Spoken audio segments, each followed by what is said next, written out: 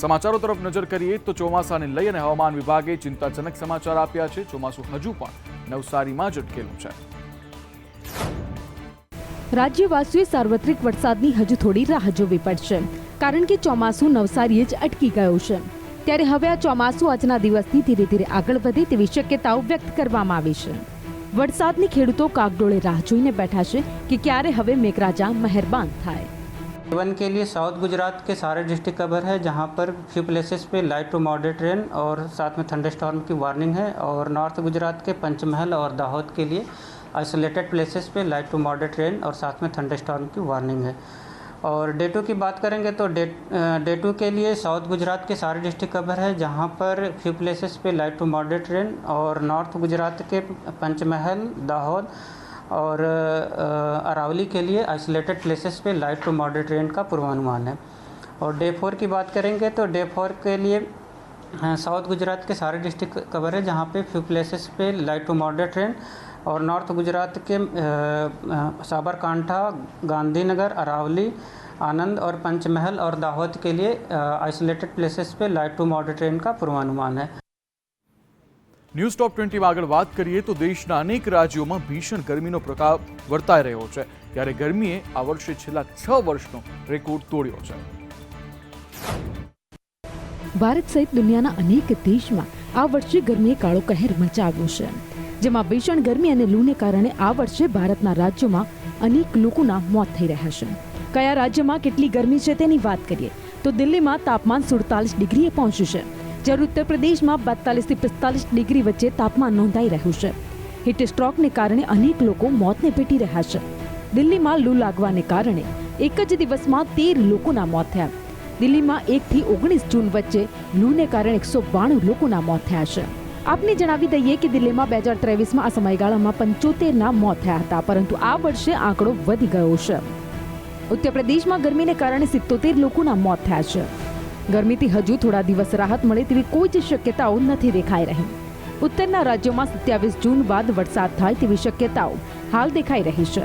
માત્ર ભારતમાં જ નહીં પરંતુ અન્ય જગ્યાએ પણ કાળઝાળ ગરમીથી લોકો ત્રાહિમામ પોકારી ગયા છે। મક્કામાં ગરમીને કારણે 577 હજ યાત્રીઓના કરુણ મોત નીપજ્યા છે।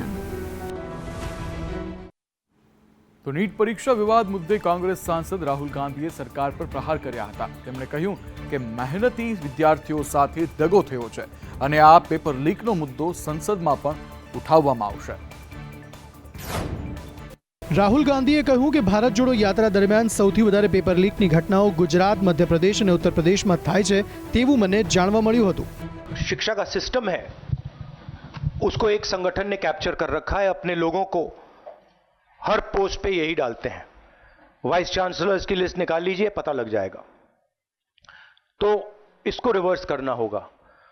दूसरी बात, मैनिफेस्टो में हमने साफ कहा कि पेपर लीक होने के बाद कार्रवाई करना एक बात है, बहुत जरूरी है और स्ट्रिक्ट से स्ट्रिक्ट कार्रवाई होनी चाहिए, मगर हमने ये भी कहा था कि पेपर लीक होने से पहले जो सिस्टम्स हैं, जो यूनिवर्सिटी के एग्जाम्स के रूल्स हैं, सिस्टम्स हैं, इनको फिर से असेस करना पड़ेगा, इनको स्टडी कर कर रीडिजाइन करना पड़ेगा। ये दोनों काम हमने अपने मैनिफेस्टो में साफ लिखे हैं और विपक्ष दबाव डालकर ये दो काम सरकार से करवाने की कोशिश करेगा। તો નીટ પરીક્ષા કૌભાંડ મુદ્દે શિક્ષણ મંત્રી ધર્મેન્દ્ર પ્રધાનનું પણ નિવેદન સામે આવ્યું। તેમણે કહ્યું કે સંવેદનશીલ મુદ્દાઓ પર રાજનીતિ ના થાય। સમગ્ર દેશમાં ચકચાર મચાવનાર નીટ પરીક્ષા કૌભાંડ મુદ્દે શિક્ષણ મંત્રી ધર્મેન્દ્ર પ્રધાને પોતાનું નિવેદન આપ્યું। તેમણે કહ્યું કે વિદ્યાર્થીઓનું હિત અમારી પ્રાથમિકતા છે, એટલે અમે દરેક સુધારા માટે તૈયાર છીએ। નીટ કૌભાંડ પર જલ્દી જ એક વિસ્તૃત રિપોર્ટ આવશે। આ કૌભાંડમાં જે પણ દોષી હશે તેમને છોડવામાં નહીં આવે। વધુમાં તેમણે કહ્યું કે નીટ પરીક્ષા કૌભાંડ એક સંવેદનશીલ મુદ્દો છે, તેના પર રાજનીતિ ન થવી જોઈએ। સરકાર આ મુદ્દાને ગંભીરતાથી લઈ રહી છે। સમગ્ર તપાસ માટે હાઈ લેવલ કમિટી બનશે।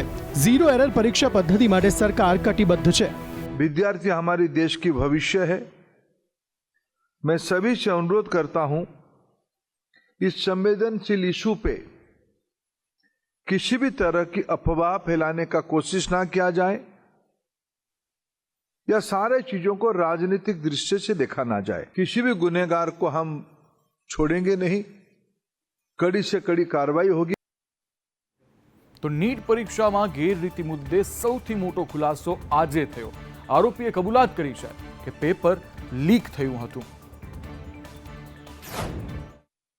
નીટ પરીક્ષામાં ગેરરીતિ મુદ્દે વિદ્યાર્થી અને વાલીઓમાં ભારે રોષ જોવા મળી રહ્યો છે.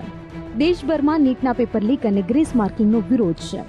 આ દરમિયાન તાજેતરમાં નીટ પરીક્ષામાં થયેલી ગેરરીતિ મામલે મોટો ખુલાસો થયો છે. પેપર લીક થયાનું ખુદ આરોપીઓએ કબૂલ્યું છે.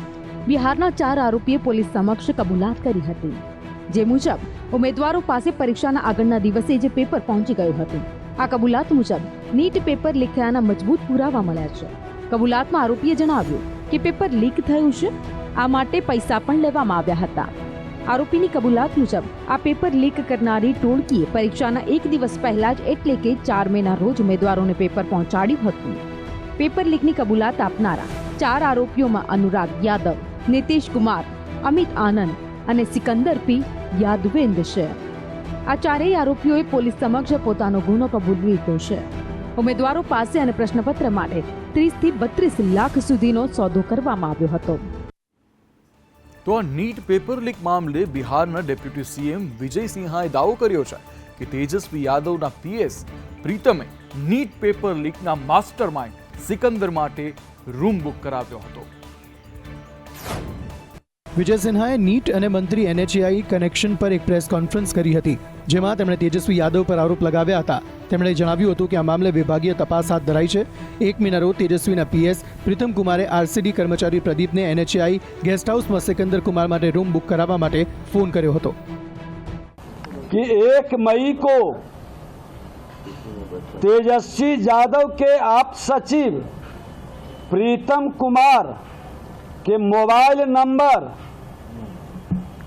7488061813 से रात्रि 9:07 में पथ निर्माण विभाग में कार्यरत प्रदीप कुमार के मोबाइल नंबर 9430469924 पर NHAI गेस्ट हाउस में सिकंदर कुमार यादवेंदु के लिए कमरे की बुकिंग कराने के लिए फोन आया था. તો ચૂંટણી બાદ નીતિશ કુમારને મોટો ઝટકો મળ્યો છે. બિહારમાં મળતા 65% અનામત પટના હાઈકોર્ટે રદ કરી દીધા છે. બિહાર સરકાર દ્વારા અનામતનો દાયરો વધારવાના નિર્ણયને પટના હાઈકોર્ટે રદ કરી દીધો છે. આ ચુકાદા સાથે જ બિહારની નીતિશ કુમારની સરકારને લોકસભા ચૂંટણી બાદ આ સૌથી મોટો અને પહેલો ઝટકો લાગ્યો છે. હાઈકોર્ટે બિહારનો એક કાયદો રદ કરી દીધો, જેમાં પછાત વર્ગો, અતિ પછાત વર્ગો, અનુસૂચિત જાતિ અને અનુસૂચિત જનજાતિ માટે 50% અનામતનો દાયરો આગળ વધારીને 65% કરાયો હતો. પટના હાઈકોર્ટના ચીફ જસ્ટિસ કે વિનોદ ચંદ્રન અને જસ્ટિસ હરીશ કુમારની બેન્ચે આ ચુકાદો સંભળાવ્યો. બિહારમાં અનામતનો દાયરો વધારવા મામલે નીતિશ કુમારની સરકારને હાઈકોર્ટે જોરદાર ઝટકો આપ્યો. અનામતનો દાયરો 50%થી વધારીને 65% કરવાનો રાજ્ય સરકારનો નિર્ણય હાઈકોર્ટે રદ કરી દીધો છે. એટલે કે હવે તે 50% જ અનામત રહેશે. પટના હાઈકોર્ટના ચીફ જસ્ટિસની બેન્ચે રાજ્ય સરકાર દ્વારા શૈક્ષણિક સંસ્થાઓ તથા સરકારી નોકરીમાં SC, ST, EBC અને અન્ય પછાત વર્ગને 65% અનામત આપવાના નિર્ણય પડકારવામાં આવ્યા બાદ આ ચુકાદો સંભળાવવામાં આવ્યો હતો.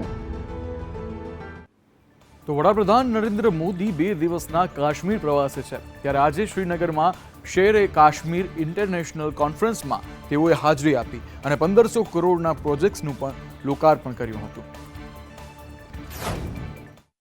નરેન્દ્ર મોદી સતત 3જી વાર વડાપ્રધાન બન્યા બાદ જમ્મુ કાશ્મીરની આ પહેલી યાત્રાએ છે. PM મોદીએ શ્રીનગરમાં એમ્પાવરિંગ યુથ ટ્રાન્સફોર્મિંગ J&K આ કાર્યક્રમમાં ભાગ લીધો હતો. આ કાર્યક્રમનો હેતુ યુવાનોને પ્રગતિનો માર્ગ બતાવવાનો છે. આ કાર્યક્રમ દરમિયાન પીએમએ ઘણી અલગ અલગ વસ્તુઓના સ્ટોલનું નિરીક્ષણ કર્યું હતું અને ઘાટીના યુવાનો સાથે વાતચીત પણ કરી હતી.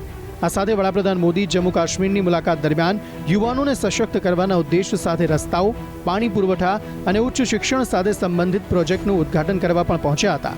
તેઓએ 1800 કરોડ રૂપિયાના JKCIP, ચેનાની પટનીટોપ, નાશરી વિભાગ, ઔદ્યોગિક વસાહત, 6 સરકારી ડિગ્રી કોલેજ પ્રોજેક્ટનું પણ ઉદ્ઘાટન કર્યું હતું.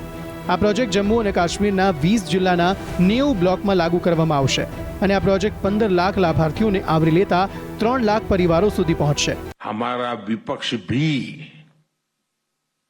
कश्मीर में इतने उमंग उत्साह के साथ जो लोकतंत्र का उत्सव मनाया गया, इतनी भारी मात्रा में मतदान हुआ, ये जो उमंग उत्साह का माहौल है, काश अच्छा होता मेरे देश के विपक्ष के लोगों ने भी मेरे कश्मीर के भाई बहनों की तारीफ की होती।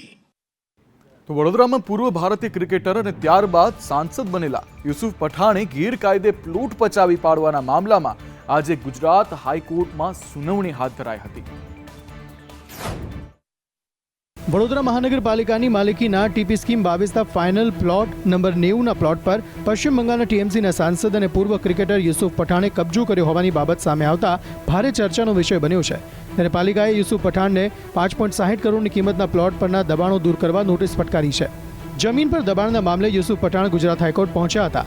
આ અંગે જજ સંગીતા વિશેનની કોર્ટમાં સુનાવણી હાથ ધરાઈ હતી, જેમાં યુસુફ પઠાણના વકીલે પોતાનો પક્ષ રાખતા કહ્યું કે યુસુફ પઠાણ બીજા પક્ષમાંથી સાંસદ બનતા આ કાર્યવાહી હવે કરવામાં આવી છે। જોકે આ મામલે રાજકારણ વચ્ચે ન લાવવા માટે હાઈકોર્ટે વકીલને ટકોર કરી હતી। આ મામલામાં વધુ સુનાવણી આવતીકાલે હાઈકોર્ટમાં થશે।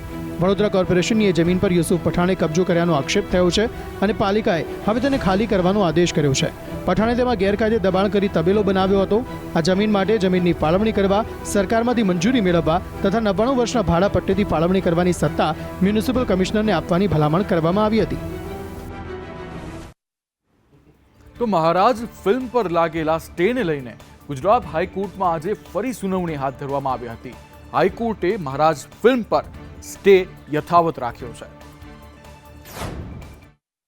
બોલિવૂડના મિસ્ટર પરફેક્શનિસ્ટ ગણાતા આમિર ખાનના પુત્ર જુનૈદ ખાનની પહેલી ફિલ્મ મહારાજને લઈને ચાલી રહેલો વિવાદ કોર્ટમાં પહોંચ્યો છે, જે મહારાજ ફિલ્મ પર લાગેલા સ્ટે અંગે આજે સુનાવણી હાથ ધરવામાં આવી હતી, જેમાં કોર્ટે ફિલ્મ પર સ્ટે યથાવત રાખ્યો છે।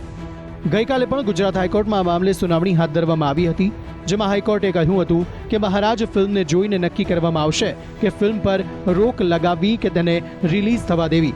આ માટે યશરાજ ફિલ્મ્સ દ્વારા કોર્ટને લિંક અને પાસવર્ડ પૂરા પાડવામાં આવશે। આ મામલે અરજ કરતા શૈલેષ પટવારીએ જણાવ્યું કે કોર્ટ આખી ફિલ્મ જોશે અને રિલીઝને લઈને ગુરુવારે પોતાનો નિર્ણય સંભળાવશે। મહારાજ ફિલ્મ દ્વારા સનાતન ધર્મને બદનામ કરવાનો પ્રયાસ કરવામાં આવી રહ્યો હોય તેવો આરોપ લગાવાયો છે, જેથી ધાર્મિક આસ્થાને ઠેસ પહોંચાડવાનો અને સમાજમાં હિંસા ફેલાવાનો ડર છે। આટલું જ નહીં, ઓટીટી પ્લેટફોર્મ્સને સરકારના અધિકાર ક્ષેત્રમાં લાવવા માટે કાયદો ઘડવાની પણ આવશ્યકતા છે તેવું પણ અરજકર્તાનું કહેવું છે। મહારાજ ફિલ્મની વાર્તા 1862માં બ્રિટિશ શાસન દરમિયાન કરસનદાસ મૂળજી સાથે સંકળાયેલા બદનક્ષી કેસ પર આધારિત છે। તો તિબેટના ધાર્મિક નેતા દલાઈ લામાને અમેરિકન પ્રતિનિધિમંડળ મળવા માટે આવ્યું હતું। જ્યારે અમેરિકન પ્રતિનિધિમંડળ ભારત આવ્યું ત્યારે આ દરમિયાન પીએમ મોદીએ યુએસ હાઉસના પૂર્વ સ્પીકર નેન્સી પેલોસી સાથે પણ મુલાકાત કરી હતી। પીએમ મોદી અને અમેરિકન ડેલિગેશન વચ્ચેની આ મુલાકાતના ઘણા અર્થો શોધવામાં આવી રહ્યા છે। જો કે જોવા જઈએ તો આ પહેલીવાર છે જ્યારે કોઈ વિદેશી પ્રતિનિધિમંડળ ભારતીય ધરતી પરથી તિબેટના સમર્થનમાં પોતાનો અવાજ ઉઠાવી રહ્યું છે। નેન્સી અગાઉ પણ મે 2017માં દલાઈ લામાને મળવા ભારત આવી હતી, પરંતુ નેન્સી તે સમયે કોઈ પણ પ્રતિનિધિમંડળ સાથે ભારતની મુલાકાતે નહોતી આવી। નોંધનીય બાબત તો એ છે કે ભારત તિબેટને ચીનનો ભાગ માને છે અને તેના પર ટિપ્પણી કરવાનું ટાળ્યું છે। અમેરિકન પ્રતિનિધિમંડળની આ મુલાકાત સત્તાવાર રીતે છે કે નહીં તે અંગે હજુ સુધી કોઈ માહિતી પ્રાપ્ત નથી થઈ। બુધવારે અમેરિકી પ્રતિનિધિમંડળે કહ્યું કે અમેરિકા દલાઈ લામાના ઉત્તરાધિકાર મામલે ચીનને હસ્તક્ષેપ કરવા દેશે નહીં। વાસ્તવમાં ચીન પોતાના દલાઈ લામાને તિબેટના ધાર્મિક નેતાના સર્વોચ્ચ પદ પર બેસાડવા માંગે છે। તો દલાઈ લામાની બુધવારે અમેરિકી પ્રતિનિધિમંડળ સાથે મુલાકાત કરી હતી। તે પ્રતિનિધિમંડળમાં નેન્સી પેલોસી ઉપરાંત સાંસદ માઇકલ મેકકોલ સહિત અન્ય 5 સાંસદો છે। આ સાંસદો રિપબ્લિકન અને ડેમોક્રેટ બંને પક્ષોના છે। આ પ્રતિનિધિમંડળનું નેતૃત્વ રિપબ્લિકન સાંસદ માઇકલ કરી રહ્યા છે। સાઉદી અરેબિયાના મક્કામાં હજ કરવા ગયેલા યાત્રીઓના મોતની સંખ્યામાં દિવસે ને દિવસે વધારો થઈ રહ્યો છે, જે ખૂબ ચોંકાવનારો છે। સાઉદી અરેબિયાના મક્કામાં હજ કરવા ગયેલા યાત્રીઓમાંથી 1000 લોકોના ગરમીના કારણે મોત થયા છે। માર્યા ગયેલા લોકોમાં લગભગ 658 શ્રદ્ધાળુઓ એકલા ઇજિપ્તના હતા અને 1400 લોકો હજુ પણ ગુમ છે। જો કે મૃત્યુની સંખ્યાને લઈને હજુ સુધી કોઈ પુષ્ટિ કરવામાં આવી નથી।